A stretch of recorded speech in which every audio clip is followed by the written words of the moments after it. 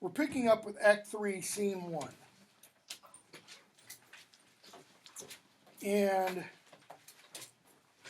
your gloss at the bottom of page 805, where you get kind of the location given, tells you Wales, Glendower's residence, and then it mentions Holinshead places a meeting of the rebel deputies, at Bangor in the Archdeacon's house. But in this present unhistorical scene, as invented by Shakespeare, Glendower is host throughout.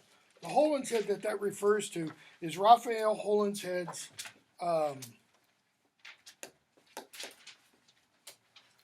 it's either chronicle or history of England, Ireland, and Wales, which was a big 3-volume. I mean, it's like the size of this, but 3 volumes of this history of England, Ireland, and Wales, essentially from the beginning up to, if I remember correctly, early 15th or early 16th centuries. Okay, that is Shakespeare's primary historical source for his English histories, but he plays with it quite a bit. So we see the rebels conspiring. Notice how they are getting along in this entire first scene. Yeah, pretty much the entire first scene. And why they are getting along the way that they are.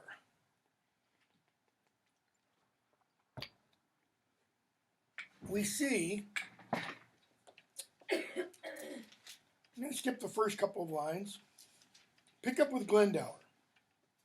And Glendower comes out and he's holding a map. And he says, sit, cousin Percy, sit, good cousin Hotspur, for by that name, as oft as Lancaster doth speak of you, his cheek looks pale, and with a rising sigh, he wisheth you in heaven. Who's he calling Lancaster? The king. Why does he call him the king?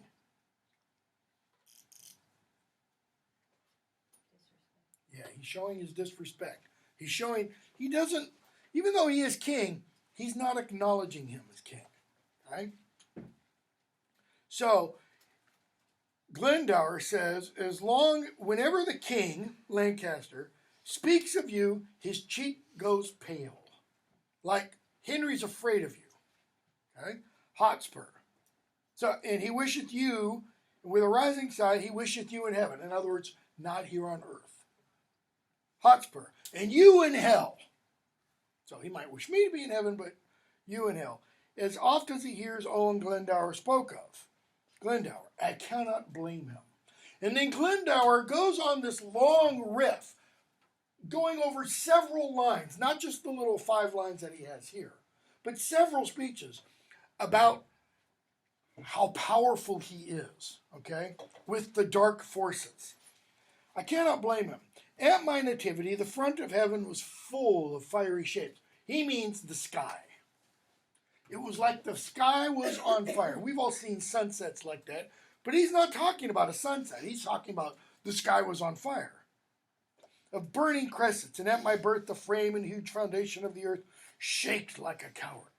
Massive earthquake when he was born. Shakespeare's day, all of these are portents, okay, of some important meaning, which is why if we had read Julius Caesar, or if we were to read Julius Caesar, you'd see all kinds of portents coming that are portending Caesar's death. Hotspur. Why, so it would have done at the same season if your mother's cat had been kittened. So what purpose does Hotspur serve there? Why does Hotspur say those lines? What's he saying about Glendower's words about his birth?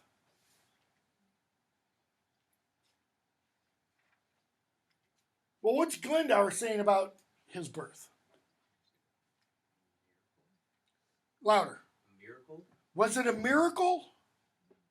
I mean, I like the idea behind that. Like a godly birth? Louder? A godly type birth? Okay.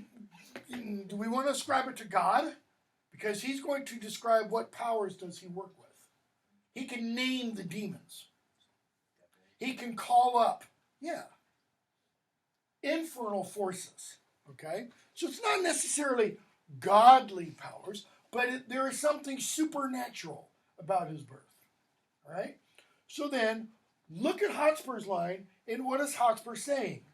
Glendower is saying, when I was born, the sky was on fire and the earth quaked, kind of like to fear my coming. And Hotspur says what? Same thing would have happened if your wife's cat had given birth to kittens? So what's Hotspur mean by that? What's he doing to the supernatural aspect of Glendower's birth, according to Glendower? Bringing it back to earth. He's saying what? What happened anyways? In other words, Hotspur is taking the non-supernatural perspective and applying the cold, cool, rational perspective. Okay? Though yourself had never been born, I say the earth did shake when I was born. Shut up, you stupid watch. I just updated my watch and it's doing all kinds of new things that I don't want it to do. Raise my arm to walk or talk to it. So, he says, I say the earth did shake when I was born, and I say the earth was not of my mind, and if you suppose, as fearing you it shook. Okay, so the earth shook. Has nothing to do with your being born, Hotspur is saying. The heavens were all on fire, the earth did tremble. Well, then the earth shook to see the heavens on fire. That's why the earthquake happened. And not in fear of your nativity. Disease in nature oftentimes breaks forth in strange eruptions. Diseased nature. What does Hotspur mean by nature being diseased?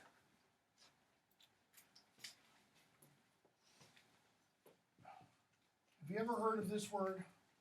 Post-lapsarian? It's just a nice Latin phrase for after the fall. Post, after the lapse. Adam and Eve's fall in the Garden of Eden. Okay? Hotspur is saying the world is diseased. And this is what it does. Disease in nature oftentimes breaks forth in strange eruptions. Oft, the teeming earth is with a kind of colic, pinched and vexed by the imprisoning of unruly wind within her womb. In other words, an earthquake's a fart. That's what Hotspur is saying. The earth gets pressure, but he has no idea of tectonic plates and everything.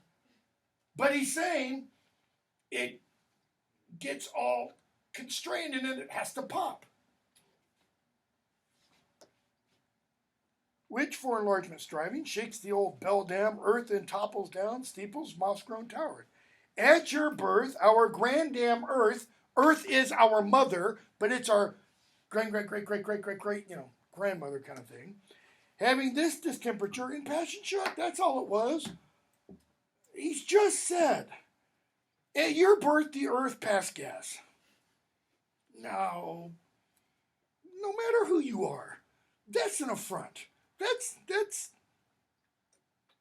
cousin of many men, I do not bear these crossings. In other words, I wouldn't take this from anybody else. Give me leave to tell you once again that at my birth, the front of heaven was full of fiery shapes. In other words, now believe me when I say this. Hotspur, the goats ran from the mountains. The herds were strangely clamorous to the frighted fields. These signs have marked me extraordinary. Well, guess what animals do when there are earthquakes? I'm from California. I've been through quite a few earthquakes. Dogs often will bark immediately before. Cats will sometimes yowl. And then it happens. Scientists think that's because they're sensing the movement before we do. Okay? So, these signs have marked me extraordinary in all the courses of my life to show I am not in the role of common men. I'm not like everybody else. If Shakespeare were writing this 500 years later, he would probably say, I am a or we can use the German, an Übermensch, a Superman. Not the guy with the red cape and everything, okay? The kind of Aryan notion of the Superman, all right? So, where is he living? Clipped in with the sea, that is bound in by the seas, that chides the banks of England, Scotland, and Wales, which calls me pupil, or hath read to me. Who is master to me, Glendower is saying. Bring him out, that is but woman's son, can trace me in the tedious ways of art, and hold me Hotspur. I think there's no man speaks better Welsh. I'm hungry. I'll go to dinner. Mortimer. Shh, stop. Okay, now what is Mortimer to Glendower? Son-in-law. He married Glendower's daughter. Okay? Mortimer is brother-in-law to Hotspur. Okay?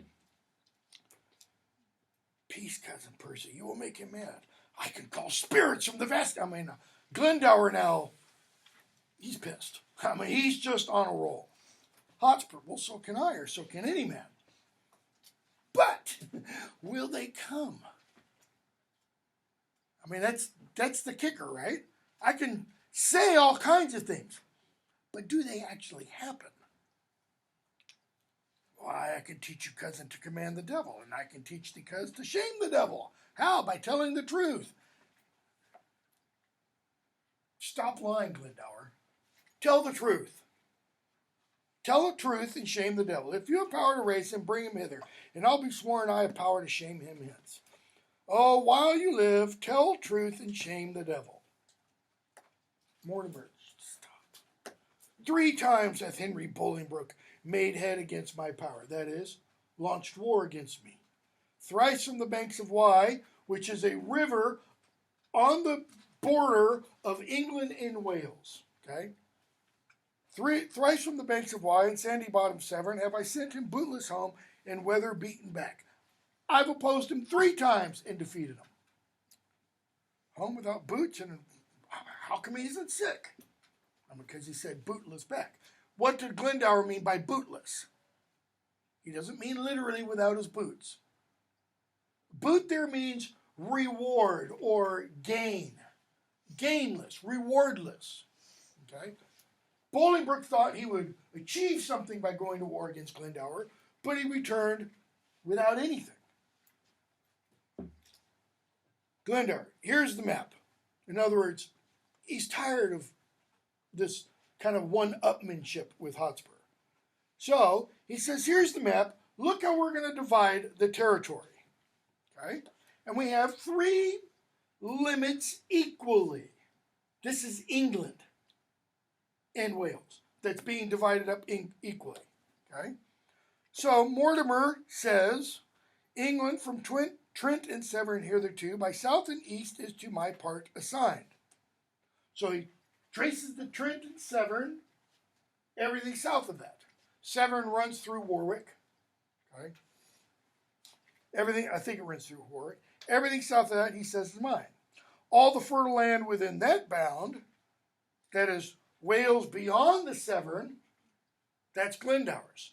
So everything not west of the Severn and not south of the Severn is going to be Hotspur's. So all the rest of England. You get the remnant northward, lying off from Trent and such. And our indentures tripartite are drawn, etc. And he goes on and says, and here's what we're going to do. We are going to meet your father and the Scottish power as it appointed us at Shrewsbury. That's how it's pronounced, by the way. Shrewsbury, not Shrewsbury. Okay? Which is a place in the West Midlands of England, real close to the Welsh border.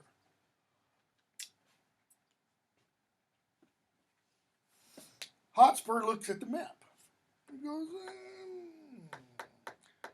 I don't get as much as you guys.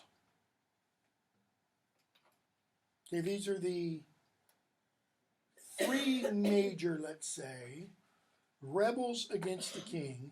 And notice what Hotspur introduces into the unity of the rebels.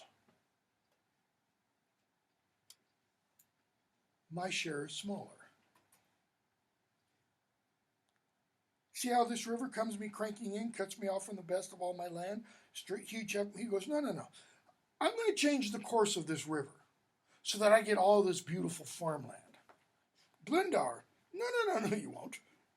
Mortimer, yeah, but mark how he bears his course. He says, no. Worcester, well, little change will trench him here and on this north.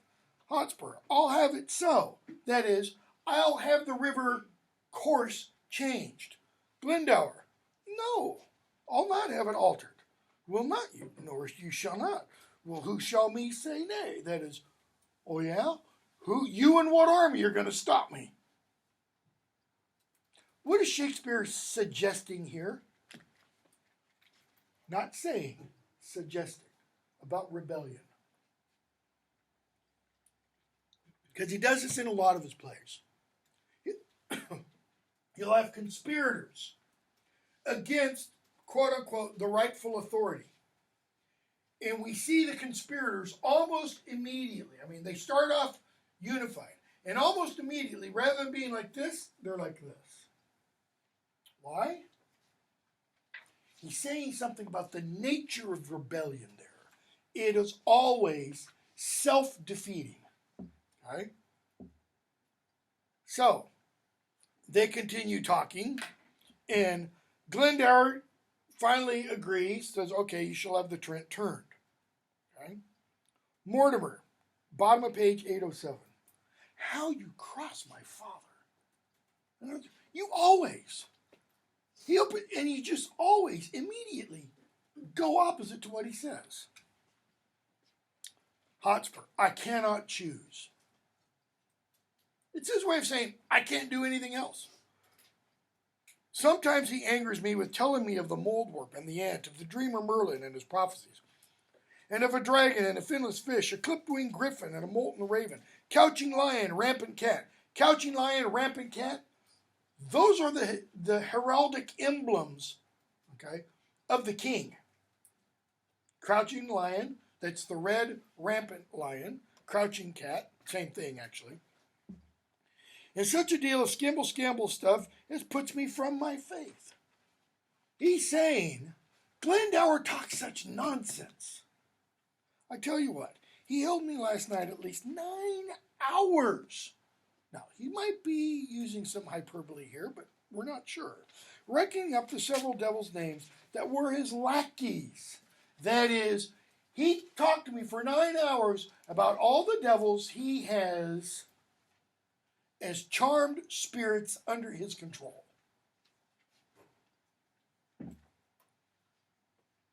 Mortimer, he's a worthy gentleman, exceedingly well-read, profited in strange concealments, that is, magical matters, etc., etc. So, don't anger him. Worcester then says to Hotspur, in faith, my lord, you are to willful blame. Look at your gloss. Blameworthy for too much self-will. That is, you act like you always... Go away. You act like you always have to do what? Get what you want. Always have to be right. Okay? And since you're coming hither, I've done enough to put him quite besides his patience. And since you got here, you've done nothing but needle Glendower. You must needs learn, Lord, to amend this fault. Don't be so willful, full of will. And that's the dearest grace, though sometimes it show greatness, courage, blood. That is, sometimes this kind of willfulness shows greatness, courage, and blood. And that's the dearest grace it renders you. And that's what enables us to stick with you. Yet oftentimes it doth present harsh rage. What is rage? We hear about road rage. What does that mean? Like aggressive anger. Is it just aggressive? Oil, like bottled up oil. But think champagne bottle, you pop the cork. It explodes, right? So it's not bottled up, it's unbottled. It's unconstrained. It's uncontrolled rage. All right? Because rage can be controlled. You can bottle it, you can channel it, you can direct it. Okay? It's when it becomes uncontrolled, undirected, that it's really dangerous. So, sometimes it doth present harsh rage, defect of manners, want of government, not government, Washington, D.C., self-government. Rage comes from in here. Government comes from up here. Mind over the passions. Pride, haughtiness, opinion, disdain, the least of which, haunting a nobleman, loseth men's hearts. That is, the least of these things, pride, haughtiness, opinion, that is self-opinion, disdain of others. He says the least of these does what? Loses men's hearts. It makes others not admire you, and leaves behind a stain upon the beauty of all parts besides, beguiling them of commendation. That is, robbing them of commendation. You want to be commended by others. Hotspur's a knight. He's a royal, essentially. Not literally, but he should be commanding men's respect, and he's saying, you have that which is within you, which causes people to go, not so much. I don't care for this. Pick one of those qualities. This pride, this haughtiness, this disdain, etc. Okay? Hotspur. Well, I am schooled. How well did he just listen to Worcester? Whoosh. Not at all. Okay? So, we get a scene where Mortimer, who cannot understand his wife's language, so he married her for something other than, conversation and such, puts his head in her lap and she sings him to sleep. Right? And I think Shakespeare is doing this intentionally because there's an idea it's not an idea. There's a fact. You want to find a good singer, go to Wales.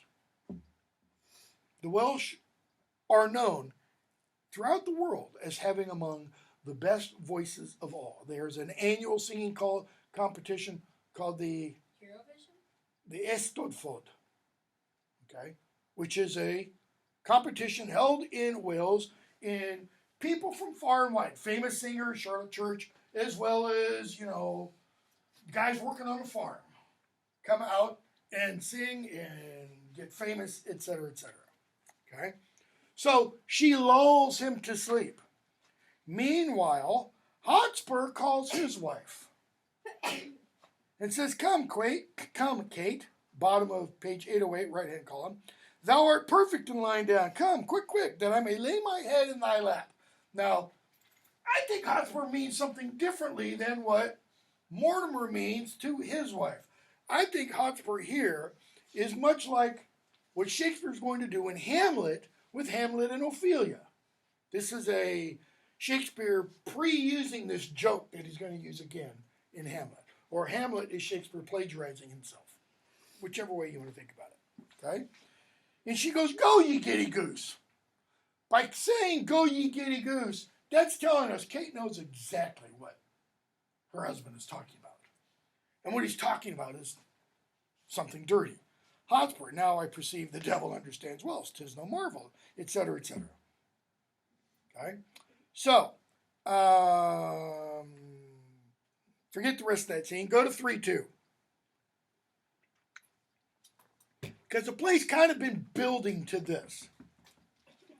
This is the all-important scene where we see Hal come into his father's presence. We haven't seen Hal with his father at all yet. And the first indication, or the first introduction Shakespeare gives us to Hal is back in Act 5, Scene 3 of Richard II, when the king says, has anybody seen my good for nothing son. Okay? So,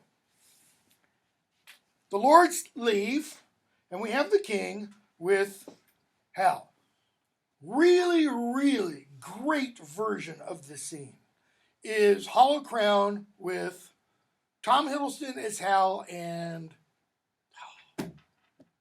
Jeremy Irons as Henry IV. Perfect Henry IV.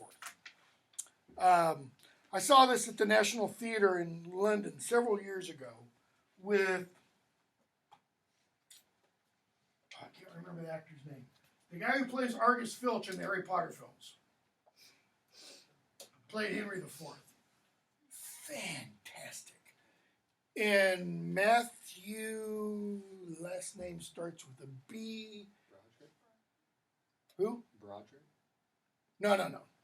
I'm about to say, really? No. Played Darcy in a recent film version of whatchamacallit. You know who? Yeah. You'd recognize him immediately because he's become kind of big. Played Hal and the second Dumbledore. Matthew Gambon played Falstaff. Got front row seats. I was supposed to be way in the back. Guy led me down in the front and literally had Matthew Gambon spitting all over me as he's playing Falstaff because he spat all of his words. He was pretty good. I hated him as Dumbledore, but he was really good as Falstaff. So, the king addresses Hal.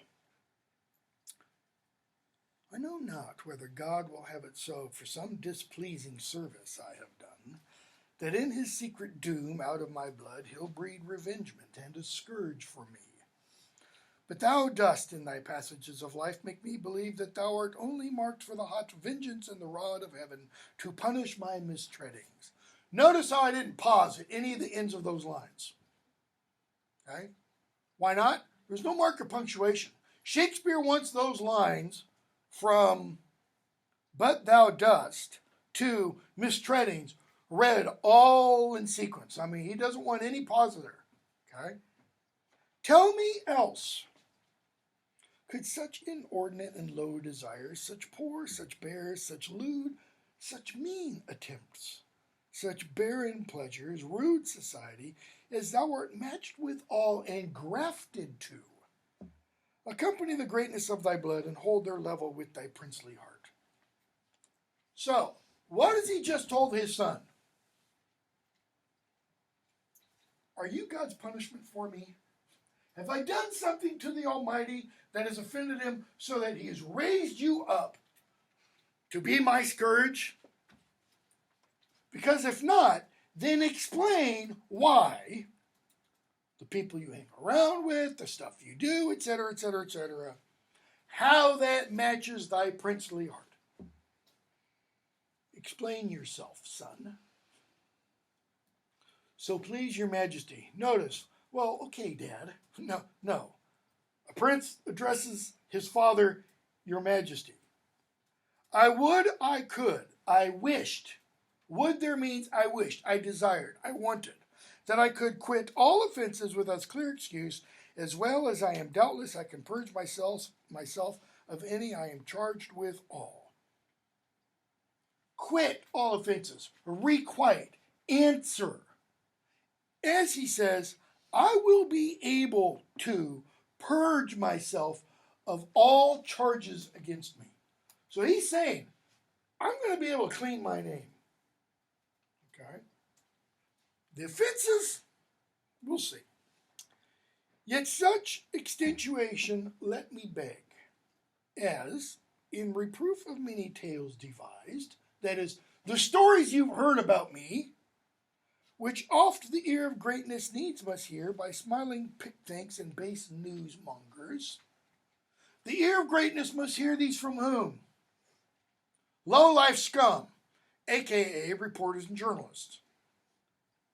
I may, for some things true, in other words, not everything you've heard is false, wherein my youth hath faulty wandered, and irregular find pardon on my true submission.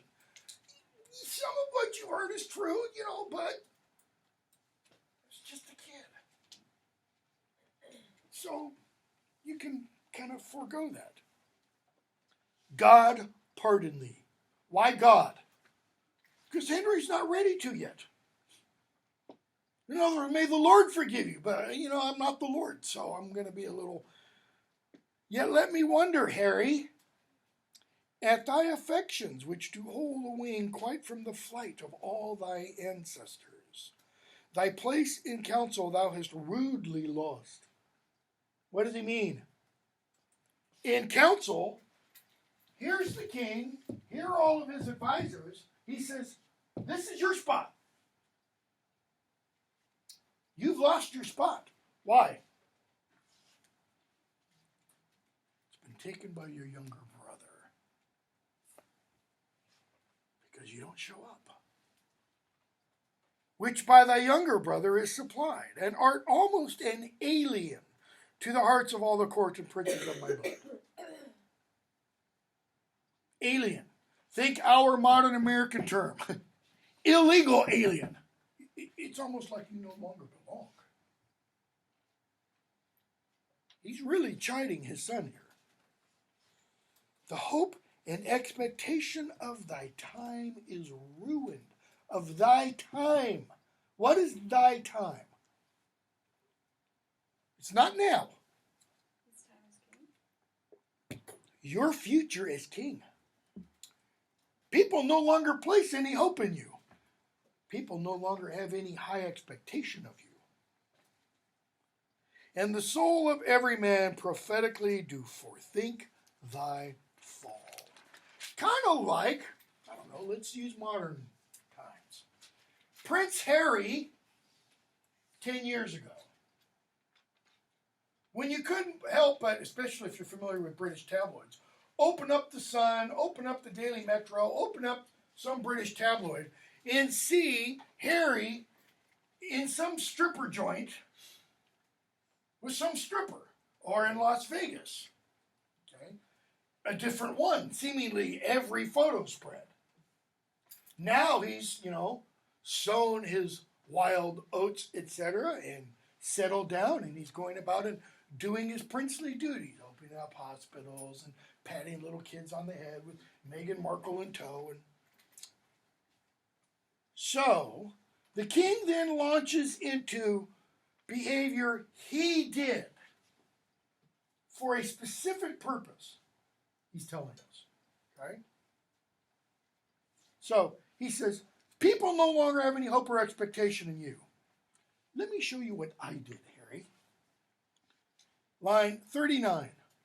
Had I so lavish of my presence been, so common hackneyed in the eyes of men. We know what a hackneyed phrase is, right? Something used over and over again, like, we stand shoulder to shoulder with you. It no longer means anything. Why? Because it's a metaphor literally 2,500 or 3,000 years old. If you've never read it before, read George Orwell's Politics in the English Language, where he says, towards the end of it, he gives advice to writers. 1, never use a metaphor you've seen before. So, if you're going to use a metaphor, create your own. It's about the hardest thing. I mean, that's the greatest, that little essay is about the greatest advice there is for writers. But it also makes many people who want to be writers never want to be writers again, because it is so hard to follow, which is one of the reasons why it is such good advice. Okay? So common hackneyed in the eyes of men. If I was like you are, he's saying, Harry, people are tired of seeing you. Because where are they seeing him? In and out of the bars and brothels all the time. So stale and cheap to vulgar company. Vulgar. Common. Opinion that did help me to the crown. What's he mean by opinion? Does he mean like the Wall Street Journal opinion page, Washington Post opinion page? No. He means the common opinion of the people. Helped me to my crown, had still kept loyal to possession, and left me in reputeless banishment, a fellow of no mark nor likelihood. If I had been as you are, opinion would not have helped me to the crown. Opinion would have said, let him stay banished. We don't want his kind around here. But, he says, by being seldom seen, I could not stir, but like a comet I was wondered at. Right? Because what does a comet do in the night sky? Especially if it's a bright one. And they had some bright ones in Shakespeare's day. Things that were nearly as bright as the moon. It makes you it automatically draws your eye to it. Okay? He says, I was like that. I was so seldomly seen that when I was seen, what? People took note of me. That men would tell their children, this is he. When I used to teach my Harry Potter course in London, students would regularly see actors and actresses out and about London. Sometimes they would be people from the Harry Potter films and they get all excited because they're Harry Potter nerds. Other times they'd be other actors, Anthony Hopkins in the local Waitrose kind of a thing. And, they kind of go up and they didn't want to necessarily bother, but some of them would come and say, can I have your autograph? Why? Because it's not every day you see Anthony Hopkins kind of a thing. So, this is he, and others would say, where? Where is Bolingbroke? And then I stole all courtesy from heaven and dressed myself in such humility. Dressed myself. He put on humility, notice. It's what? It's an appearance. It's an act. Okay? That I did pluck allegiance from men's hearts. Because men said, oh, he's so humble.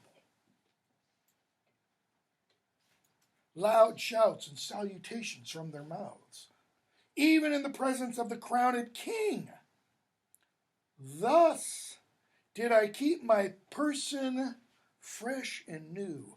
My presence like a robe pontifical, like a pontiff's robe. The Pope doesn't wear his big fancy robe all the time.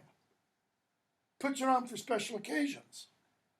Ne'er seen, but wondered at. And so my state seldom but sumptuous showed like a feast, and won by rareness such solemnity. The skipping king, Richard, what? He ambled up and down with shallow jesters and rash baven wits, soon kindled, soon burnt, carded his state, mingled his royalty with capering fools, had his great name profaned with their scorns, and gave his countenance against his name to laugh at jibing boys and stand the push of every beardless vain comparative. He grew a companion to the common streets, enfiefed himself to popularity. Enfiefed means he sold himself to popularity. That being daily swallowed by men's eyes, they surfeited with honey and began to loathe the taste of sweetness, whereof a little more than a little is by much too little. Use a modern example. And again, I'm not casting aspersions on this political figure. I'm just saying, here's an example. Prior to one of our recent presidents were, of whichever party, were held in at least some esteem because of their political office, and they held themselves in a certain way. That is, there were certain kinds of television shows a president would not go on because it was thought to be beneath the office of the presidency. Okay? In 1991, when Bill Clinton was running for the president, he showed up on a TV show that no previous president would ever have shown up for. It was the Arsenio Hall show, rivaling Johnny Carson at that time, the late night show. Okay, he not only showed up on the Arsenio Hall show, he played the saxophone. He also went on MTV and answered questions about what kind of underwear he wears. From that point on, presidents have been asked questions presidents before then had never been asked. Why? Because prior to that, they had this kind of robe majestical that Henry talks about. But because of what Clinton did, now presidents are expected to be like what? Like us. They're supposed to be like us. Okay? I would argue we got what we asked for. Trump is the epitome of that, right? He gets on Twitter. Everybody gets on Twitter. He uses, social media so that we have kind of what we asked for. He goes on. So, when he had occasion to be seen, that is, when Richard wanted to be seen kind of as kingly, no. He was been as the cuckoo is in June. Well, guess what? That's when you expect to see the cuckoo bird. Okay? Heard, not regarded, seen, but with such eyes as sick and blunted with community afford no extraordinary gaze. He's saying Richard was so commonly seen that when he wanted to be seen as King Richard, everybody saw him as the ambling fool.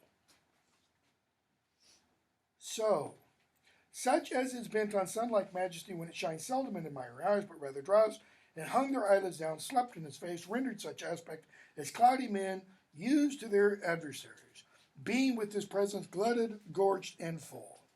And in that very line, Harry, standest thou. You are like the dead king. Notice the not so subtle hint there. And you might end like the dead king. For thou hast lost thy princely privilege with vile participation. He's saying, Harry, you're not one of the guys. You can't be one of the guys. Not an eye, but is weary of thy common sight. Save mine. Why save mine?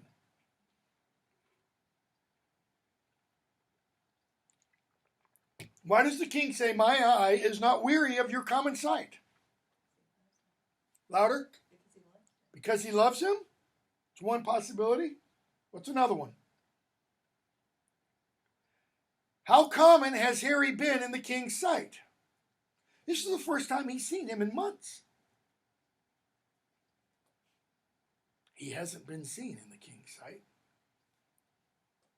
which hath desired to see thee more, which now doth that I would not have it do, make blind itself with foolish tenderness. That's he loves him. And he says, I am blinding my eye, how? Tears. He's saying, my eyesight's not quite as good as it should be because of my foolish tenderness. I'm not as stern as I'd like to be, Harry. I shall hereafter, my thrice gracious Lord, be more myself. Well, it's kind of a little bit of the king's worry. He doesn't know what Harry's self really is. For all the world, as thou art to this hour, was Richard then when I from France set foot at Ravensburg. And even as I was then is Percy now. Notice what he introduces. You have an adversary. It's Harry Percy, Hotspur. You are like Richard. Hotspur's like I was.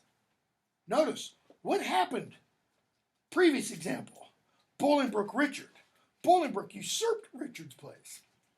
Hotspur is going to usurp your place in the eyes of the people. So he says, now, by my scepter and my soul to boot, he hath more worthy interest to the state than thou the shadow of succession. He doesn't say Hotspur has more right to the state. He's saying he deserves it more. For of no right nor color like to right, he doth fill fields with harness in the realm, turns head against the lion's armored Jaws. And be no more in debt to years than thou leads ancient lords and reverend bishops on to bloody battles. He leads the men. And notice, worthy, notable men. Okay? Thrice hath this Hotspur, line 112, Mars in swaddling clothes. Mars, god of war, this babe, done what? This infant warrior in his enterprises discomfited great Douglas, ta'en him once, enlarged him, and made a friend of him. 3 times he's fought Douglas. He caught him, he released him, and now Douglas fights willingly for him. Okay? But why do I tell you this news? Line 121. Why, Harry, do I tell thee of my foes, which art my nearest and dearest enemy? Does he mean enemy in that Harry is plotting against him? Nope. Thou that art like enough, through vassal fear, base inclination, and the start of spleen, to fight against me under Percy's pay, to dog his heels and curtsy at his frowns, to show how much thou art degenerate. He's saying, I can see you following Hotspur. Dogging at his heels. That is crawling behind him. And then Hal gives us a great speech. This would be a good speech for your memorization. Any of these speeches by the king would be, superb. There's a lot of great long speeches in here. Do not think so. Notice, that is not iambic pentameter. Do not think so. It's do not think so. You shall not find it so. And God forgive them that have so much swayed your majesty's good thoughts away from me. The drum roll is starting real silently and it's building here. I will redeem all this on Percy's head. What does he mean by redeem? I'll pay him back. And in the closing of some glorious day, be bold to tell you that I am your son, when I will wear a garment all of blood, and stain my favors in a bloody mask, which, washed away, shall scour my shame with it. He's saying, I'm going to be covered in blood. And when that blood is washed away, I will be what? Very biblical language. Whiter than snow. Why? All of his shame, all of his quote-unquote sins will be cleansed. Whose blood? Hotspur's. I'm going to wash myself with Hotspur, in other words. And that shall be the day whene'er it lights that this same child of honor and renown, this gallant Hotspur, this all-praised knight, and your unthought of Harry chance to meet. For every honor sitting on his helm, would they were multitudes, and on my head my shame's redoubled. Why? For the time will come that I shall make this northern youth exchange his glorious deeds for my indignities. In other words, we will exchange crowns. My crown of indignities will get put on his head, and his crown of honor, glory, majesty, power, etc., will be mine. Percy is but my factor, good my lord. What's he mean by factor? 3 times 3. The 3 here is a factor, right? You multiply it by this, and you get more. He's saying, I'm going to use Percy to do what? Factor my goods. He's but my factor, good my lord, to engross up glorious deeds on my behalf. Let all this glory be Percy's. So that when I kill him, what happens? All that glory is now mine. And I will call him to so strict account that he shall render every glory up, yet even the slightest worship of his name, of his time. Or I will tear the reckoning from his heart. This, in the name of God, I promise here.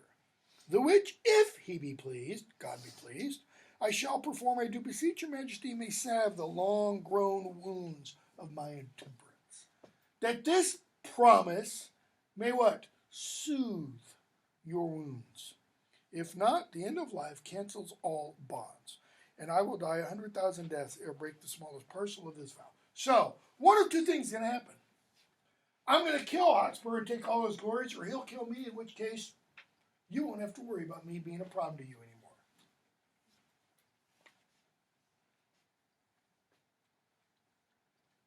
He says, all right, thou shalt have charge and sovereign trust therein. That is, I'm going to give you a command, etc. Okay? So, the king says how the troops have been marshaled. And he says, on Wednesday next, Harry, you shall set forward. On Thursday, we ourselves will march. Our meeting is Bridgenorth, and Harry, you shall march through Gloucester, by which account our business valued some 12 days hence. Our general forces of Bridgenorth shall meet. And then we get a scene with Falstaff and the others.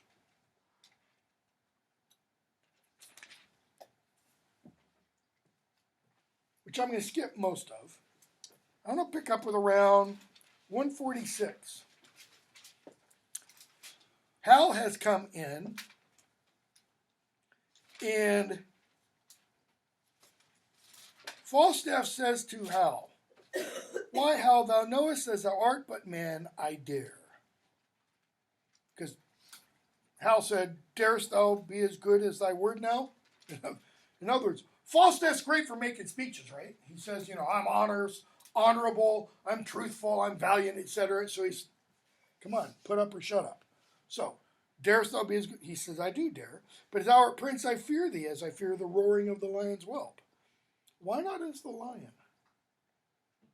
Well, the king himself is to be feared as the lion. Dost thou think I'll fear thee as I fear thy father? Okay, now he means that in two ways.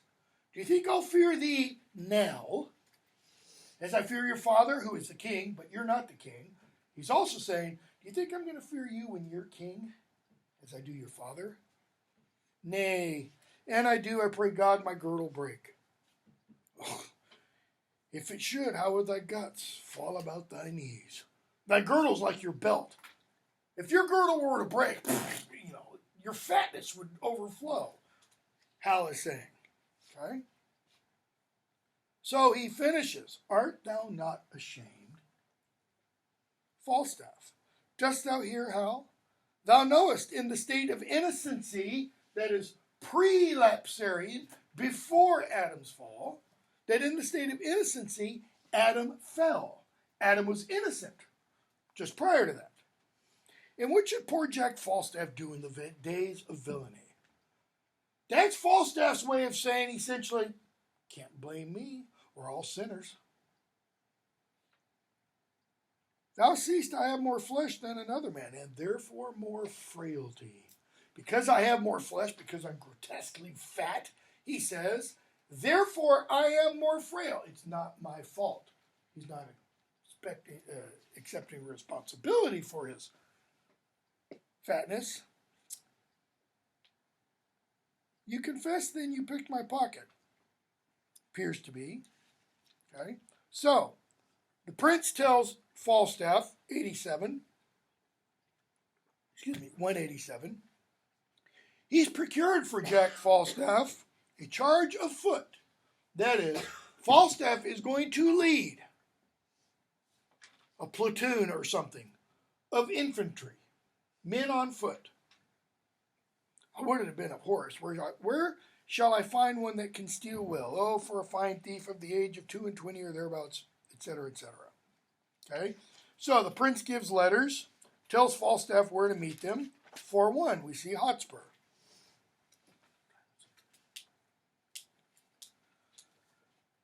And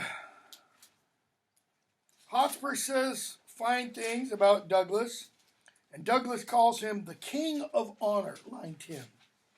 No man so potent breathes upon the ground, but I will beard him. That is, pluck his beard. That's like flipping somebody off in Shakespeare's day. Okay? Messenger comes in, bearing letters from Hotspur's father. What do the letters say? I'm sick, I can't come. Okay, that's a significant portion of their troops who will not be able to support Hotspur, Mortimer, Worcester, Glendower in their battle at Shrewsbury. Okay? Worcester, does he keep his bed? Yeah, he did 4 days ago. Worcester, that's not good. Hotspur, sick now, droop now, line 28 or so. This sickness doth infect the very lifeblood of our enterprise. 'Tis catching hither even to our camp. Hotspur's kind of suggesting maybe this sickness isn't an actual physical ailment. Maybe there's something else. He writes me here that inward sickness and that his friends by deputation could not so soon be drawn, nor did he think it meet to delay so dangerous and dear a trust on any soul removed but on his own. So also the people that Northumberland was going to round up to come, they're not coming. Your father's sickness, 42, is a maim to us. It cripples us, Worcester is suggesting. So if we're crippled, we shouldn't go off into this battle. Hotspur, yeah, it is. Perilous gas. Very limb lopped off. Cue the Monty Python. It's just a flesh wound. Because that's the kind of honor Hotspur has. Okay? So there's a little debate. Should we go on? Worcester, but yet I would your father have been here. The quality and hair of our attempt brooks no division. It will be thought by some that know not why he is away, that wisdom, loyalty, and mere dislike of our proceedings keep the Earl from hence. Some of the men are going to say, Northumberland's had second thoughts, and he's afraid of the king. Hotspur, no. Nobody's going to say that. Actually, it lends a luster, line 77, and more great opinion, a larger dare to our great enterprise. Why a larger dare? Go ahead. Well, it's not that it's less likely. He's saying if we win, then what? Even more glory for us, that we defeat the king with a smaller force. For men must think, if we without his help can make a head to push against the kingdom, then with his help what? We shall overturn it topsy-turvy down. All goes well, yet all our joints are whole. So, Hotspur's convinced them we'll still fight, even though Dad and all of his troops aren't coming. Vernon comes in. And Vernon brings news. Westmoreland's coming, with him Prince John. That's Prince John of Lancaster. Okay, so what? Hotspur says. Oh, something else. King himself is set forth. See, they weren't expecting the king to actually march. He comes with strong and mighty preparation. Hotspur. So, where's his son? The nimble-footed, line 95, madcap Prince of Wales, and his comrades that doffed the world aside and bid it pass.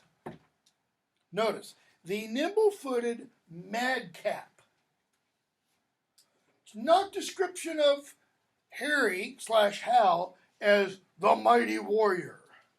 No, the dancer, the joker, Vernon. Oh, he's furnished in arms, all plumed like estridges, that with the wind baited like eagles having lately bathed, glittering in golden coats, like images as full of spirit as the month of May, and gorgeous as the sun at midsummer. Now, notice how Vernon is describing Hal. This is not the language of somebody who's putting down Hal. Gorgeous as the sun at midsummer, wanton as youthful goats, wild as young bulls. I saw young Harry with his beaver on. The beaver is his helmet. Okay? He's got the visor on. His cuisses on his thighs. These are armor on his thighs. Gallantly armed, rise from the ground like feathered Mercury, and vaulted with such ease into his seat as if an angel dropped down from the clouds to turn and wind a fiery Pegasus, and witch the world with noble horsemanship. Now he's saying, I have not seen a knight like this before. He hopped onto his horse. Okay? If he's wearing a beaver and he's got the creases on his legs, he's probably also got breastplate, greaves. Greaves go over his lower legs. I can't remember what they were called on the arms and shoulders. Usually, when knights, for example, would joust, they had to be hoisted onto their horses because the armor weighed so much. And here Harry hops onto his horse. Stop. Worse than the sun in March thy praise doth nourish agues. Let them come. They come like sacrifices in their trim.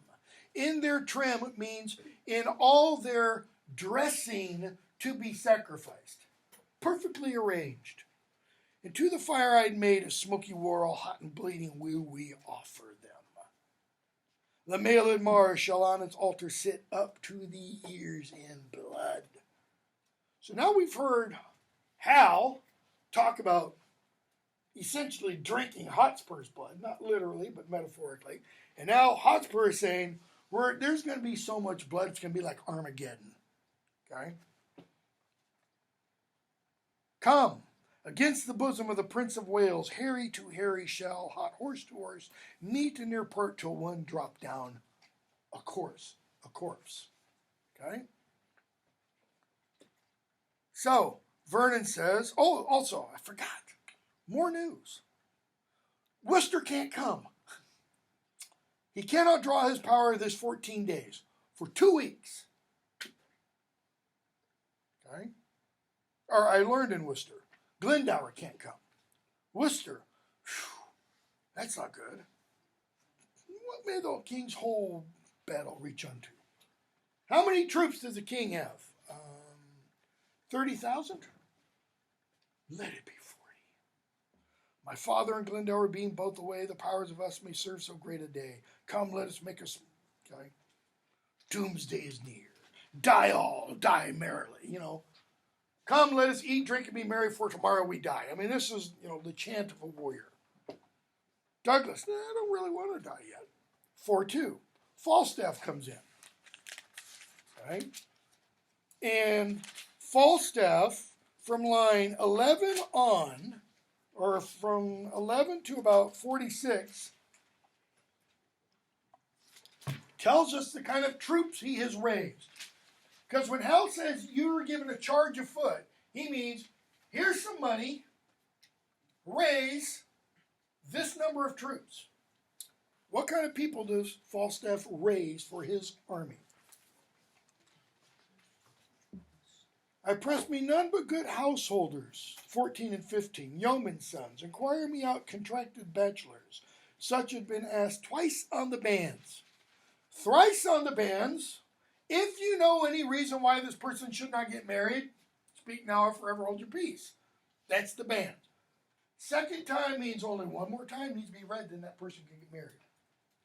Generally, the idea here that Falstaff is getting at is that young men about to get married didn't need to go off to war. I mean, they've got their minds on other things. What else does he press? Such toast and butter with hearts in their bellies no bigger than pinheads, and they have bought out their services. And now my whole charge consists of ancients, corporals, lieutenants, gentlemen of companies, slaves as ragged as Lazarus in the painted cloth, where the glutton's dogs licked his sores. That's the parable of Lazarus and the rich man. Lazarus was so sick, all he could do is lie in the rich man's gate. He couldn't. That's the kind of people Falstaff is. Okay? So the prince comes in, and he says, 63, I did never see such pitiful rascals. He means, these guys aren't fit for war. Good enough to toss. Food for powder, food for powder. What's that tell us about Falstaff? Is this the kind of man you want leading you into battle? Food for powder, food for powder. They're good enough to die. That's it. They'll fill a pit as well as better. about callous. Okay. Westmoreland. Aye, but Sir John, methinks they're exceeding poor and bare, too beggarly. Falstaff simply thinks the men are there for purposes of attrition, to wear them down. Falstaff, for their poverty. I know not where they had that, and for their that is, it's not my fault they're poor. And for their bareness, they didn't learn that of me, because, I mean, Falstaff's. Okay.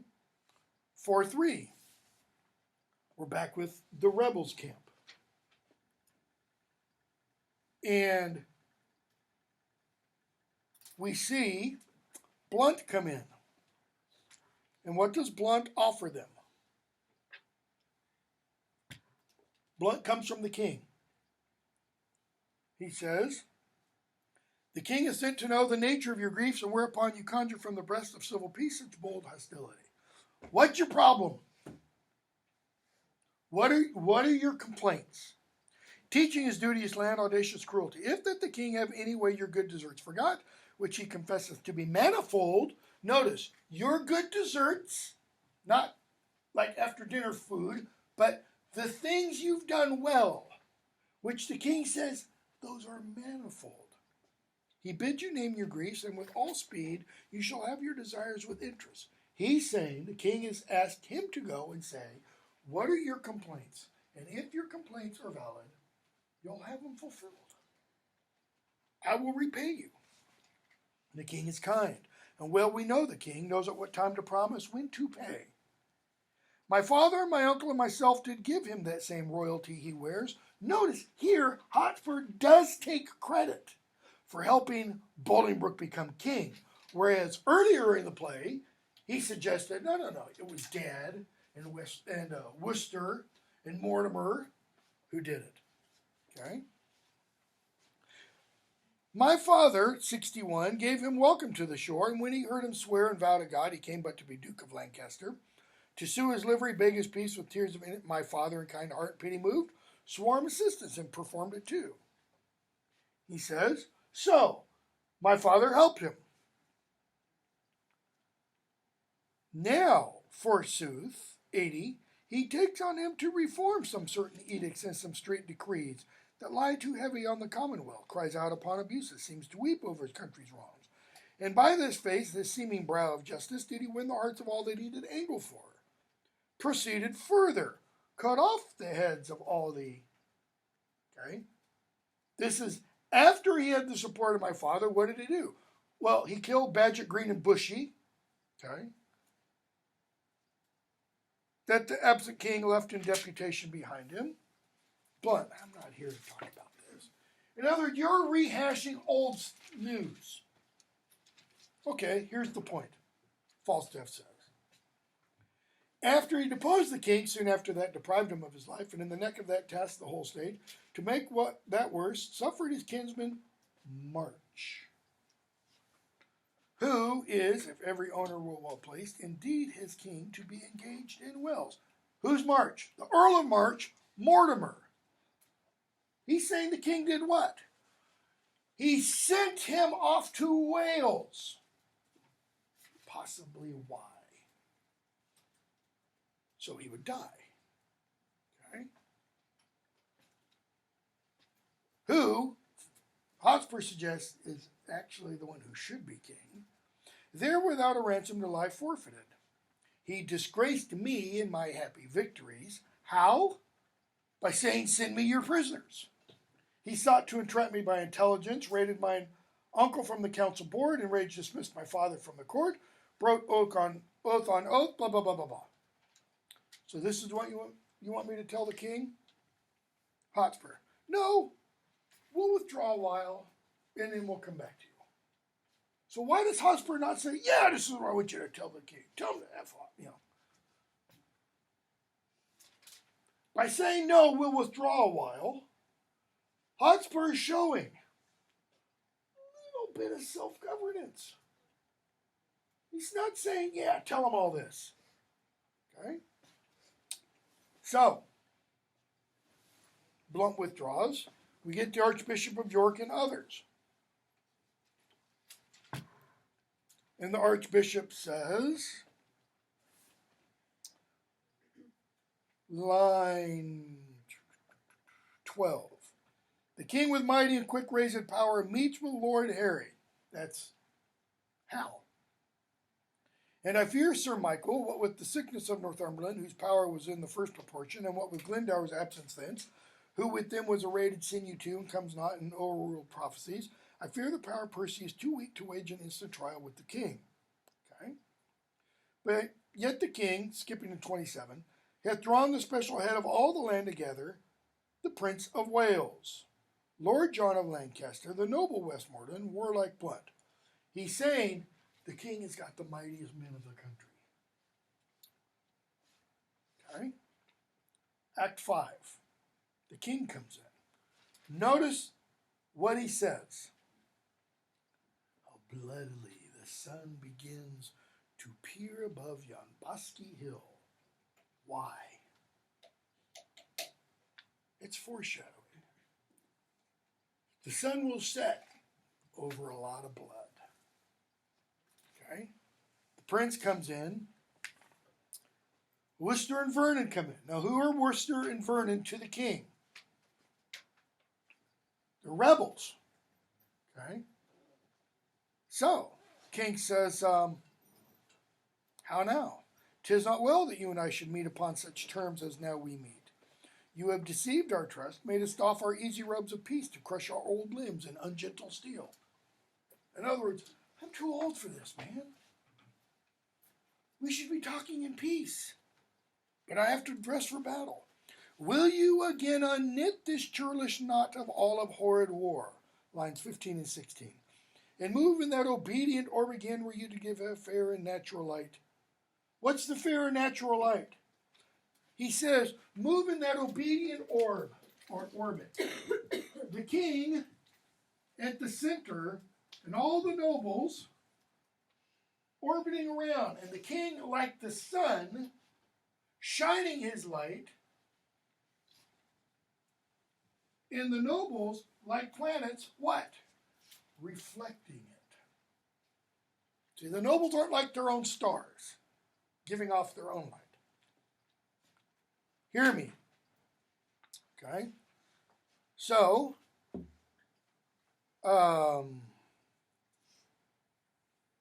Worcester kind of repeats what Hotspur said before about how you got to be king, etc., etc.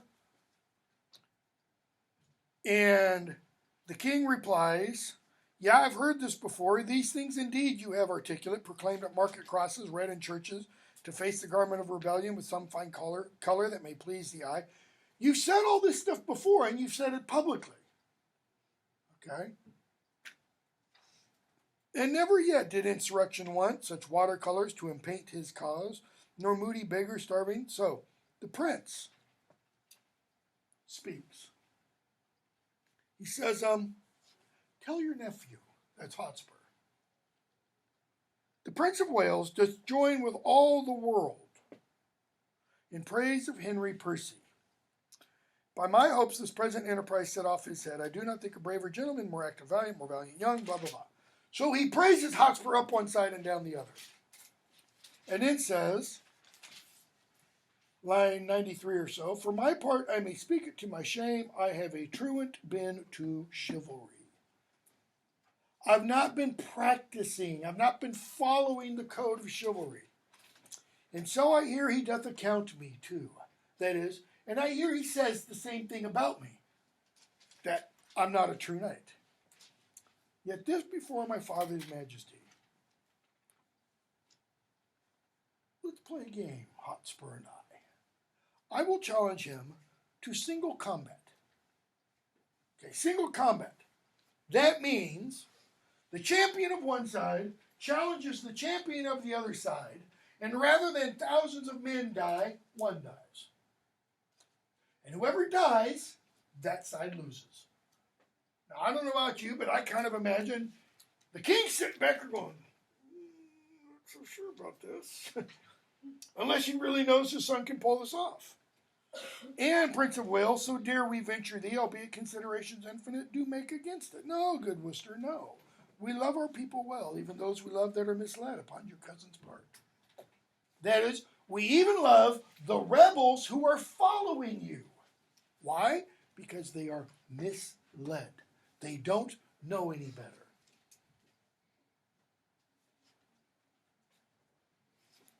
And will they take the offer of our grace, both he and they and you? Yea, every man shall be my friend again. Notice, the offer of grace. I'll forgive you, everyone, and we'll live in peace again. But if he will not yield, rebuke and dread correction wait on us, as they shall do their office. Their office. What is the office of rebuke and dread correction? You will die. And it won't be a pretty death. Okay? Worcester leaves. Hell, they're not accepted. Not in my life. King, well, therefore every leader to his charge. That is, get Falstaff and his men ready. You get your men ready. Lancaster get his men ready. Okay?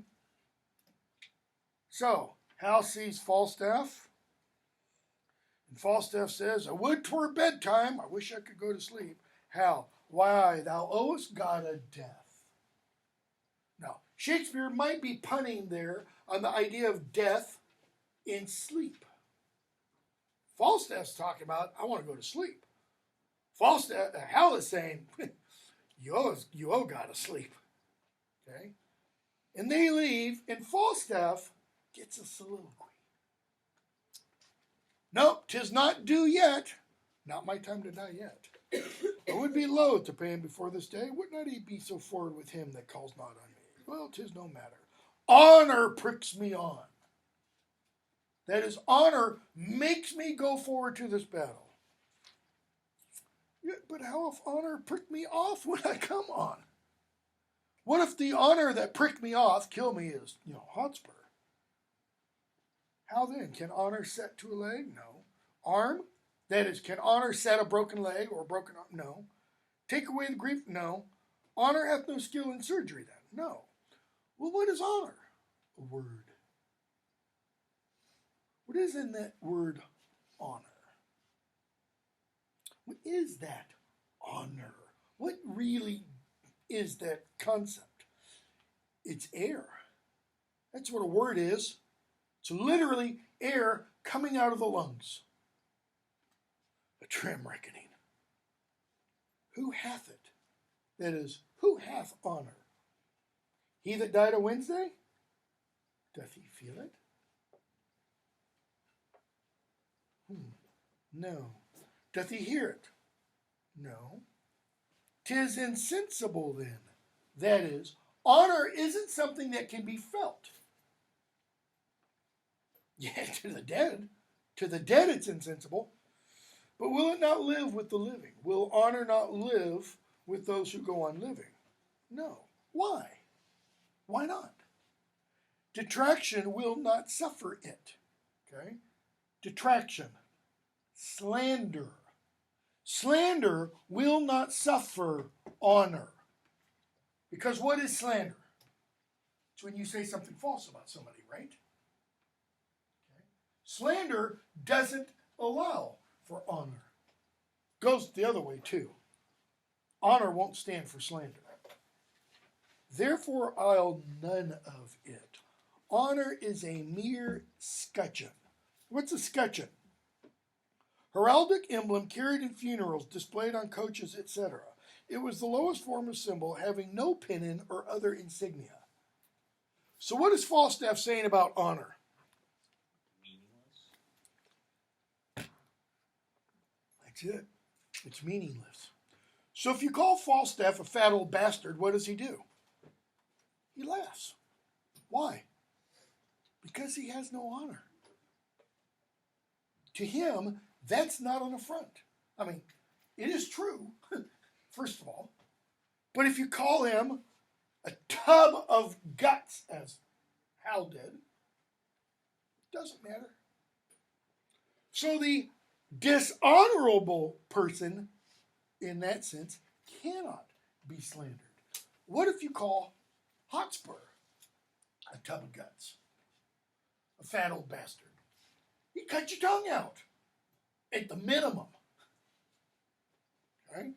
So, Worcester comes in, Act 5, Scene 2. He must not know, Sir Richard, the liberal and kind offer of the king. Now, why does Worcester say that? Go ahead. He doesn't want to lie. Because if he loses or wins, either way, the king's not going to trust him. Okay. What does Worcester assume about the offer of the king? Hotspur's going to accept it. Okay, what else? What is he suggesting about the offer? Is it a real offer or is it a false offer? He's implying it's a real offer. And that's why Hotspur can't know. Because Hotspur is what? An honorable person. He will accept an honorable offer. So, what does Worcester suggest they do? Lie. Notice, Vernon, 'twere best he did. It were best that we told him the truth. Worcester, then are we all undone. Why? It is not possible, it cannot be, the king should keep his word in loving us. Worcester says the king is lying to us. Big question. Is he?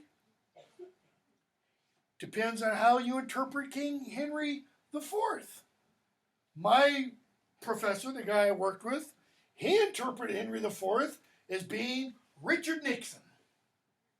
And therefore, any word that came out of his mouth began with lie. Every word that came out of his mouth was prefaced with lies. Okay? The king should keep his word in loving us. He will suspect us and find a time to punish this offense and other faults. That is, he's going to come up with other reasons to punish us for this. Suspicion all our lives shall be stuck full of eyes, for treason is but trusted like the fox. Who never so tame, so cherished, locked up, will have a wild trick of his ancestors. Look how we can, or sadder merrily, interpretation will misquote our looks. That is, no matter what we do, the king's going to come up with some trumped up charge. So, Vernon, deliver what you will, I'll say 'tis so.